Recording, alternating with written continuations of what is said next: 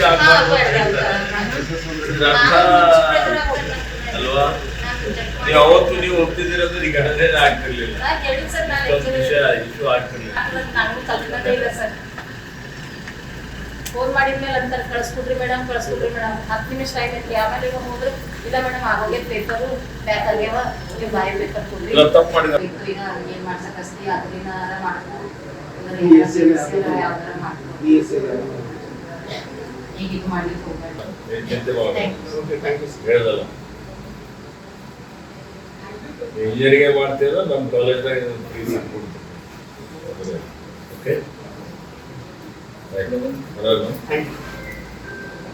ಗೊತ್ತಾ? ನಮ್ಮ ಸಂಸ್ಥೆಗಳಲ್ಲಿ ಲೆಕ್ಚರ್ ಯಾರು ಹೇಳಿದ್ದಾರೆ ಯಾವ ಸಬ್ಜೆಕ್ಟ್ ಬರ್ರಿ ಅಂದ್ರೆ ನಾನು ಈ ರೆಡಿ ಇರ್ತೀನಿ ಸರ್ ಇದೆ ನನಗಿಲ್ಲ ಬೆಡ್ ಭಾಳ ಏರ್ಪೋರ್ಟ್ ಅಲ್ಲಿ ಬಂದ ತಕ್ಷಣ ಬಂದ್ಬಿಟ್ಟೆ ಫೋನ್ ಮಾಡಿದೆ ಅವ್ರಿಗೆ ನಾನು ರೆಡಿಯಾಗಿ ಬರ್ತೀನಿ ಸರ್ ಅಂದ್ರು.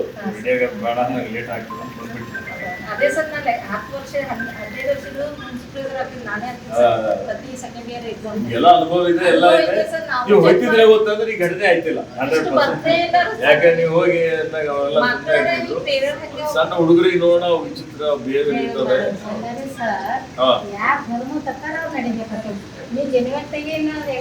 ತಪ್ಪಂದ್ರೆ ಮಾಡು ಖಂಡನೀಯ ಅಲ್ಲ. ಅದಕ್ಕೆ ಅವನ ಮೇಲೆ ಆಕ್ಷನ್ ತಗೊಂಡಿದ್ದೀವಿ, ತೆಗೆದಾಕಿದ್ದೀವಿ ಅವನಿಗೆ ನೌಕರಿ 6 ತಿಂಗಳಿಲ್ಲ ಪರ್ಮನೆಂಟ್ ತೆಗೆದಾಕಿರ್ಬೋದು.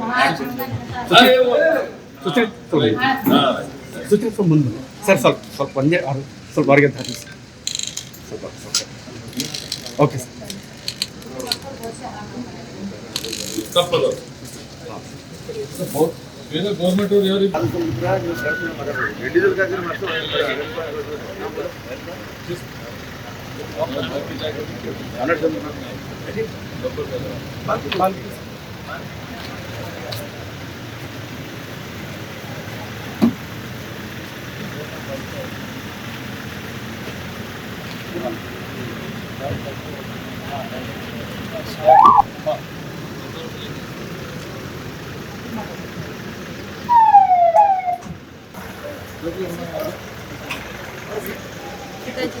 पिताजी है क्या? अच्छा